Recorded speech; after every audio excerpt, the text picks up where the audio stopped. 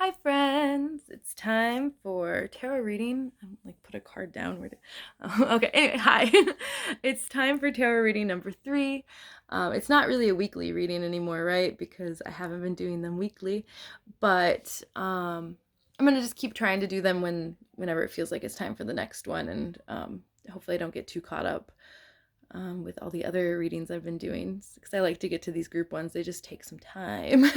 This is this is actually like the 8th time I've recorded this, so I'm really gonna just try to get it out this time. Real quick, I wanted to say thank you to everybody who's been participating, the people who have called and messaged me to tell me that this is helpful. I really appreciate it. I love your comments, and it just feels so nice to be doing something I'm very passionate about. So I'm going to get right into it. I'm going to turn the camera away from me because maybe that's been the issue all day. And let's give it a go. All right. So this is the fairy tale card I pulled for this week. It's the Ace of Swords. It's also the King Arthur story. So this is about that moment where you begin your journey towards your divine purpose and your highest fulfillment. Just as like King Arthur, he was just a I don't know, is it like a servant boy? I don't know. He was poor, right? He was out out with all the other serfs, and he found out he was king, right? Through this moment. So this is, but it's the Ace of Swords, and it's the beginning, and it's also about new perspectives and new ways of thinking. Let's see. It's also about realizing that to follow your destiny and your highest purpose often means that you have to accept the fact that you live in a reality where things are often out of your control. And that a path towards purpose and destiny is going to be a path where the things that are even like seemingly out of your control are still there to serve your highest purpose. So that's the thing to keep in mind with that lesson. The one that overlays that is the 10 of Earth, the great work. So I feel like if this is speaking to like the beginning of the journey of your purpose, this is like the fulfillment of that purpose. This is the great work. This is like the reason you're going on that journey, but it's also every step along the way on the journey, kind of, because this the combo of these two cards are trying to get you to shift your perspective on how you look at the steps towards achieving your dreams. It's wanting you to get out of the mentality of like getting somewhere just for the sensation of getting what you want, and instead of shifting back to appreciating and enjoying every step along the way, because our gains in life are actually very fleeting and they don't please us very long until we want the next thing. So true fulfillment and true journeying with purpose comes with a new perspective of how we look at the events on the way to getting what we want, and how we find value and fun and or maybe not always fun, but enjoyment and purpose and acceptance of the things that are happening to us, no matter what they look like, and acknowledging that something that looks like failure might be actually the catalyst towards our success. Something that sounds like something we've always wanted, like winning the lottery, can mean our demise. That, there's stories like that all the time where people don't handle their dreams well. So this card was really reminding me of a quote that got me through college. I had this Winston Churchill quote on a chalkboard in my room that was like saying, "Oh, Aunt Julie, you just commented. Thank you." Anyway, it's saying, let's see. Success is not final. Failure is not fatal. It's the courage to continue that counts. So, life's victories are great and we enjoy them when we have them, but that's not a resting point any more than our failures. Let me see one second. There's something else I wrote down about this card.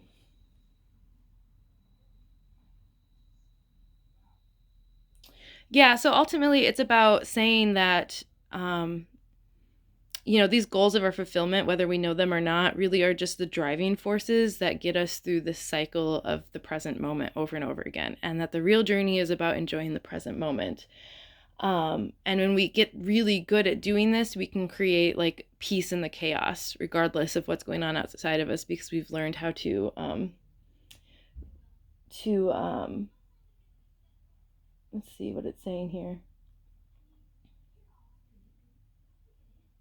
Yeah, so we've learned how to honor, we've learned that it's not so much about the gains as it is the understanding and of the process. That is the true fulfillment that's coming out of it. And that it's also realizing that we are the visionaries. You individually hold vision, and that vision has power, and you can rebirth and renew the enjoyment of life through your ability to realize that you are the magician and that you are empowered in that way. So between these two cards, it really was speaking kind of like the journey to this, but through this, because it's cycles of this. Once you achieve one dream, it is the catalyst for the next dream. And that's why it's really important not to get caught up in expectations and outcomes, because then you're missing the whole point. You are giving up so much present moment, years of present moment, because you think you really want this feeling of success in a certain way. And then you get that, and then what, right? And especially if if you aren't learning how to appreciate it along the way, then you're really going to keep getting caught up in the same pattern of that over and over again. And, it takes some people all their lives to realize that they shouldn't have chased only wealth, So this is about also choosing to make sure that every step we on the journey along the way is aligned with our highest integrity, and that we are acting out of purpose and what matters most to us, and we're not following something empty, like wealth for wealth's sake. I think a lot of this reading then is talking about the steps along the way of the journey, and how it's really important to reframe your perspective on any obstacles or successes you see along the way. Otherwise, you're only going to get stuck, because we just get so caught up in our expectations and what we think we want, and we don't allow the space for it to actually happen. So it's learning how to look at everything as like a blessing or a test or a lesson, and keeping the momentum of following fate and your own destiny. And it doesn't even have to be like, there's value in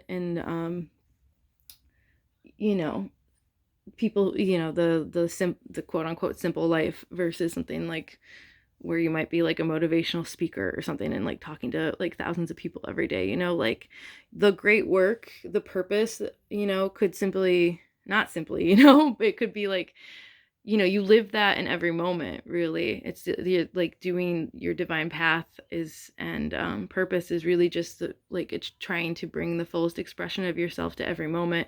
So you don't have to even know what this grand purpose thing is. It's every moment of many moments of purpose. So anyway, just further explanation of this theme is just that it's allowing, it's about the empowerment to be in charge of your own life. And here's the Ace of Swords again. So this mental beginning.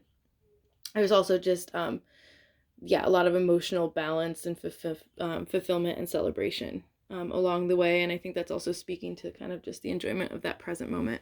I think those cards might come up more later. Right now they don't seem super important to bring up, honestly. So I broke this down into mental, emotional, physical, and spiritual realms again, just because I felt like that lesson, I don't know, I'll try to pull it back into the main lesson, but I also just wanted to check into like where everyone was at, because I thought if we could like bring up some of the shadow work and talk at it a bit, we could like shift some of it. So anyway, mentally, I got the Hangman.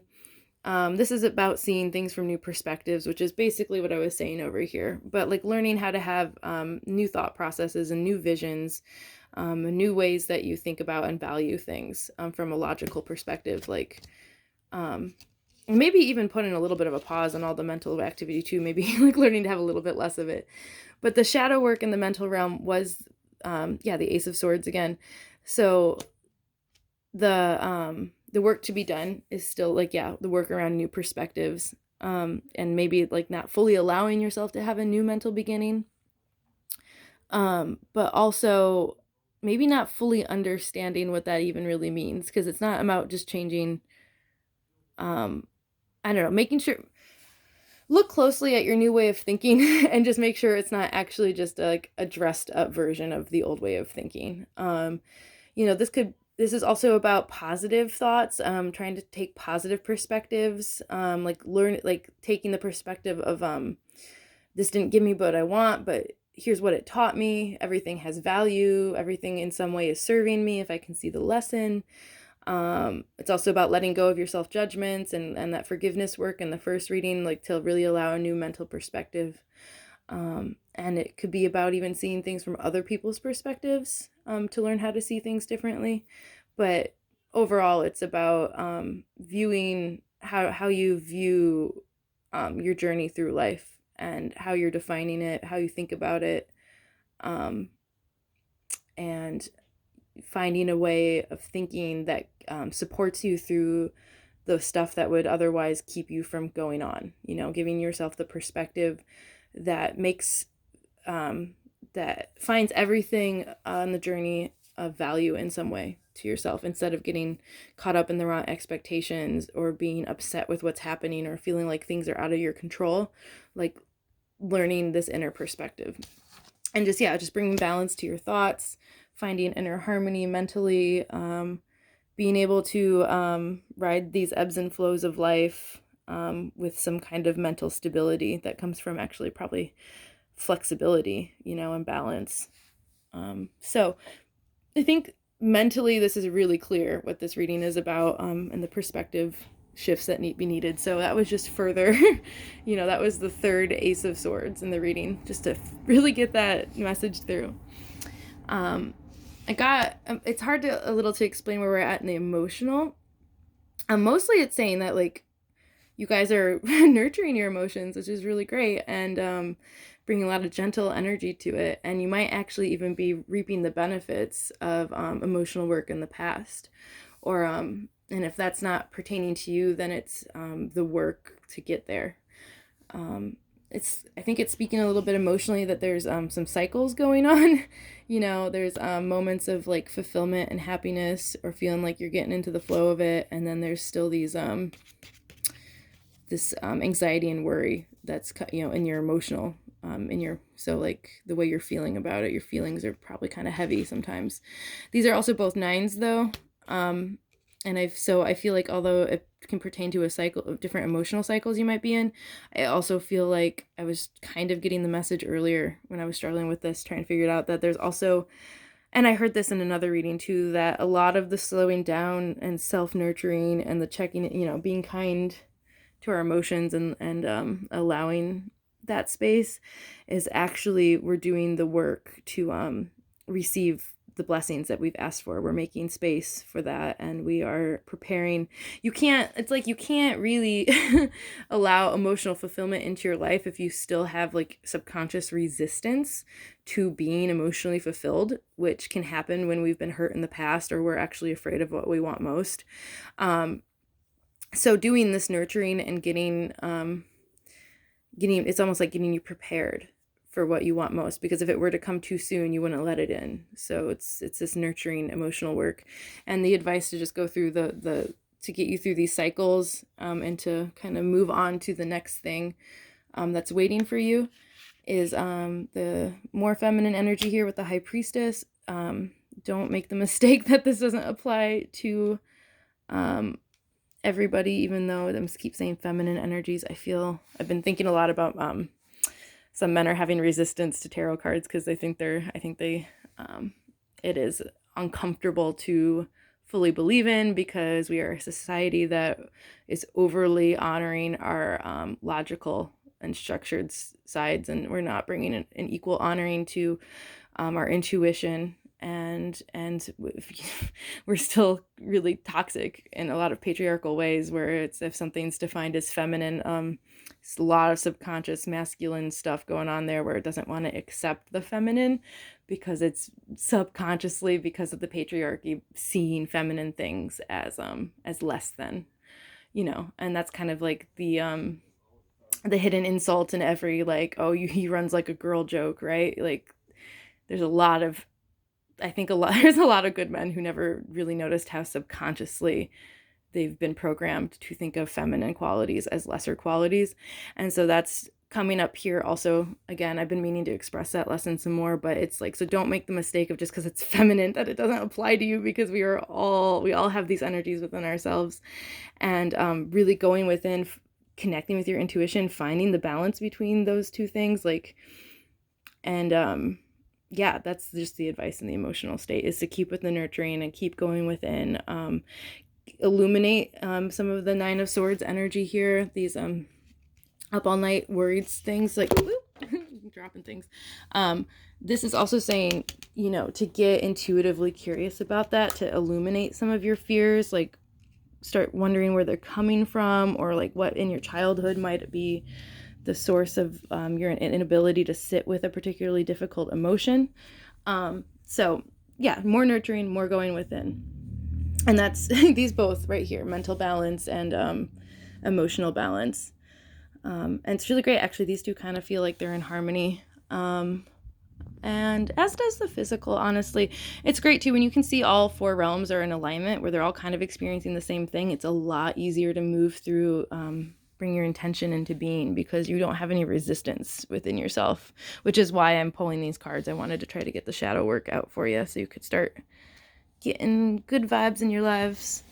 Anyways, the Hermit in the physical realm, so that's you home alone or you know, hiding in your room, or even if you are somebody who is an essential worker or something, this is still yeah, actually, you know, you're probably hermiting in your own way. So I don't need to explain a lot more about why we are physically hermiting right now, but I do remember that, like, you're making this is it is an opportunity of time and space to go within and find your inner light, and physically that is happening right now. The shadow work to do in the physical right now is just strength. I feel like it's endurance. It's hanging in there for another month. And I've spoke about this card before, is like, don't mistake strength as only like, it's what I was just talking about over here, as only like masculine or traditionally, masculine strength. Consider the strength of the nurturer and the softer qualities, receptiveness and allowing rest and being able to receive. I've spoken other readings too, like, you're not, and it comes up here a little bit, but you're not going to be, there's certain things you're going to reach the point where you can't think your way out of them anymore. And you really have to accept that, you know, resting and allowing space and being receptive to receive and open, you know, that might actually be the answer that you are really not allowing. So, that kind of pertain to other things, but when it comes to just like the endurance and the physical, yeah, nurture yourself. Find, I don't remember what reading this was in. Maybe it was in the 3-parter one I'm working on, but the only way to keep your action-oriented strength fueled is by tapping into your gentle self-care strength as well. So really honoring that while you're stuck inside, to give you the strength to keep going in the physical.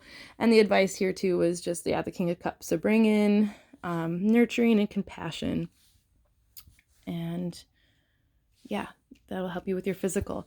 I found it very interesting over here in the spiritual, moving on, that there's actually some conflict going on spiritually, which is interesting.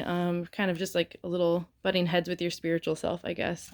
It feels like, I don't know, there's like there's a sword energy, and then the Queen of Wands and the shadow work. So I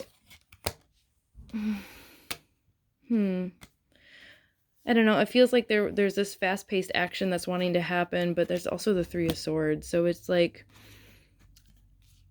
there's, I don't know, there's like grief and pain sitting in your emotional state. It could be about a specific loss of a passionate feminine figure in your life. It also could just be, there's a story in here. There's a couple things in here about surrender. And that is a huge part of this reading, actually, because a lot of what I said about the Ace of Swords and the great work and following your destiny is really having to surrender to things that are out of your control, and understanding that things will be, you know, not bringing not creating your own resistance just because you don't like the fact that things are out of your control, but also realizing that surrender is the doorway of into the like emotional or into the spiritual realm. Like you have to kind of like find a way to let go enough and kind of like bring this trust into a higher force in your life. I've been thinking about it a lot lately. It's like it's kind of like a leap of faith. It's like the only way to find like in Harry Potter, it's like platform 9 3/4. Like you have to run up the wall and trust that there's a door there. So parts of this reading are speaking to surrender and the need to surrender to fate and the cycles of the universe and stuff.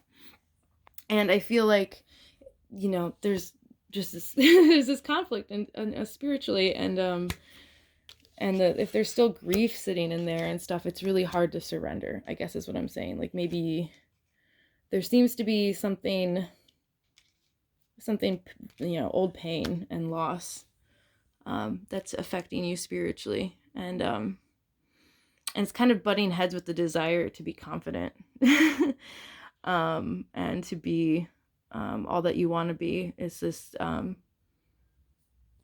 there's and also like I don't know, you could just be empathetically feeling the pain of the world and like rushing into some like uncomfortable situations, and like it's your spirit could be involving that.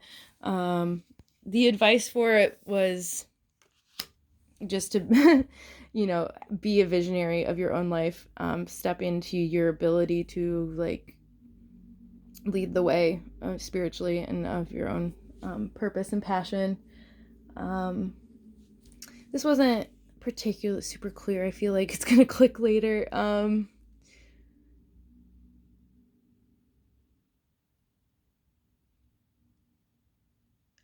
Yeah, I don't know. And just there's some spiritual wounds there. You can that just could be addressed with a little bit more visionary work of that kind of thing. I'm gonna move past this. If it pops up again and makes sense, I will bring it up. And if anybody is looking at here, I'm going to explain it one more time, and so that way if any of you read cards on your own, you can like know what's going on here, the placement here. So this is the card representing the spiritual realm, our spiritual selves, which is 5 of Wands, which means kind of like there's conflict and disagreement going on somewhere on a spiritual level. Knight of Swords is so the shadow work is the next 3 cards. So like where's the lessons and what needs attention. So actually I think there's a call to action. Now that I'm talking this out, that's all I need to do. There's a call to spiritual action for sure. Come in with some effort, especially when it comes to spiritually releasing this grief. I'm getting it now and loss. And I think that kind of work is just butting heads with these aspirations to be the Queen of Wands, right? To be confident, and this visionary work. So I think if you have a better understanding of how that shadow work pertains to you or anyone else, let me know, because it's a little bit of a block right now and I'm going to let it go because there's other things to talk about. But the advice either way is to move out of this conflicted state and into your natural born leader within yourself and the king of your own passions, right? So spiritual pursuits and destiny and all that good stuff. So then I wasn't sure what else to read about, and Reed walked in and I asked him what he would want to know about an upcoming week or so, and he said he wanted to know if there would be any change.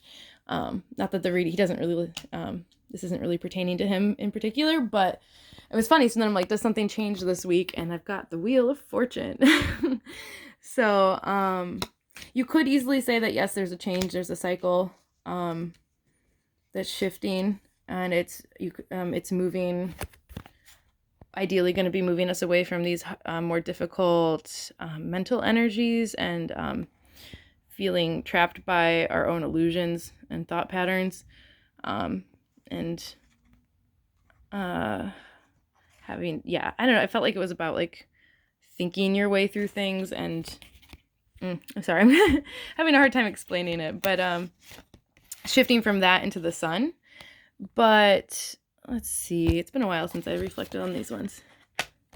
Basically, though, what I ended up deciding with all of them, because the Eight of Wind came up again here, is that what is going to change or has room for change is a surrendering to this fate here, to the Wheel of Fortune, and to realizing that this is like kind of the analytical battle where you've thought about something so much and you know the answer. You just can't think about it like that anymore. You have to go within, you have to have new perspective. You can't be, this isn't something to be like analytically worked out. It's something where we focus on optimism and surrender to the fate of what will be coming into our lives based on the inner work that we are trying to do. So, and then what was the Eight of Wind? I think it said, I don't know, this was just, and this is the same card as this one, so it was just clarification when I was having issues with figuring this one out. So this does suggest that there's change in the week, but I think more than anything, it was trying to say not to think about things that way, right? It's trying to say go into the present moment, appreciate the present moment, realize it's about every step in the journey along the way, and pulling in this optimism and this surrender, because it's, which would consequently get you out of, this would be what was changing. It would be shifting out of this energy if you did what I just said. But I just got a feeling like the spread in this deck didn't really want to give me a super direct answer about that, which is why I didn't pull a future card to begin with, because it would defeat the purpose. The point is that we're like saturating in the present moment and getting these new perspectives of every step along the way. So then the Seven of Hearts was the overall advice. The main advice was, here, I'm going to do the recap and then I'll end with with the advice. So the recap is that you are beginning a new journey towards your destiny. This is the moment of starting this new perspective of a journey towards purpose and surrendering to what might come your way as you go on a journey of that purpose, because it's not about the successes and the failures as much as it is about the processes, and allowing everything along the way to allowing yourself to have a perspective that serves you as obstacles and things out of your control happen along the way. And really this is working towards your greatest success and happiness, but doing it by honoring the present moment. I don't know, these I'm gonna let those go. So this is supposed to be the recap. Mentally, new perspectives and finding balanced thought patterns and seeing the world differently. Emotionally, we're reaping what we've sowed a bit, going through cycles of feeling fulfilled and cycles of worry, but it all feels like it's kind of coming up to a point where we can receive some blessings in the emotional realm, and the advice is just to go within more and balance out some more there as well. Hermiting at home, finding the strength to go on by becoming our own self-nurturers, some spiritual conflict due to grief in the past or something, some kind of grief associations with spirituality or something getting in the way there and keeping us from our confidence. So just learning to step into our leadership spiritually, and know that we have vision and that vision will be given to us. So trusting that, surrendering to the present moment, because it's not serving us to be past and future oriented. It's serving us to surrender and feel where we're at and moving from there one step at a time, and see how liberated this guy is compared to this energy here. So there is a change this week. It's that message brings this kind of liberation. And getting there, right? They finally connect eventually. And I guess too, I could say, I didn't mention these a little quick, is just that there's seems to be some celebration and some emotional fulfillment and balance happening in this main theme for this week too. I'll just mention that. And I guess that kind of pertains to the Seven of Hearts here, because that's the overall advice, even though the main advice, this is the compartmentalized advice I just told you. So I'm just going to read a part of this card that I thought was basically everything I was trying to say if you were to give advice to it. So I'm just going to read this last bit. When you meditate on universal truths and secrets, you can expand your consciousness, which is this card. You can expand your consciousness beyond the boundaries of time and space, which is that present moment thing. Often at this point, you become aware of the divine abundance that lives within your heart, as well as the greater need for focus and clarity, which is basically these two cards here. Once again, the great work and the focus and clarity of the Page of Swords, or the Swords, new beginning. This may be a time to withdraw your physical energies. There's the Hermit. This may be a time to withdraw your physical energies and settle into the spiritual here and now. That's all that present moment stuff I was saying, right? So reacquaint yourself with the power of hidden resources and balance your outer desires and your inner needs. Take time to be alone and nurture your soul. Create your own little world or sanctuary where eternal chaos cannot intrude. Sweet messages can come to you in these heartfelt moments. So it really felt like the final advice card really did sum it all up really well, you know? It's all about, going within, finding balance, surrendering to the present moment, appreciating every step along the way, and, nurture the soul and take some time to be alone.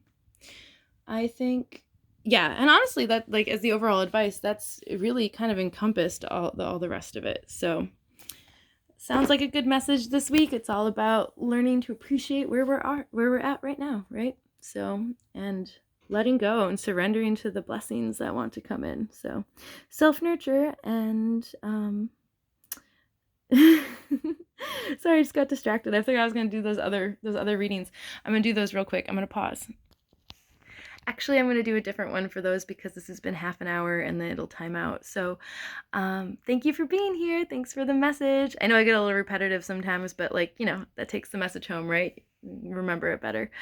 Okay, I'm going to end it with looking at this cute little mermaid right here, 7 of Hearts. Be her this week, you guys. Okay, much love. Bye.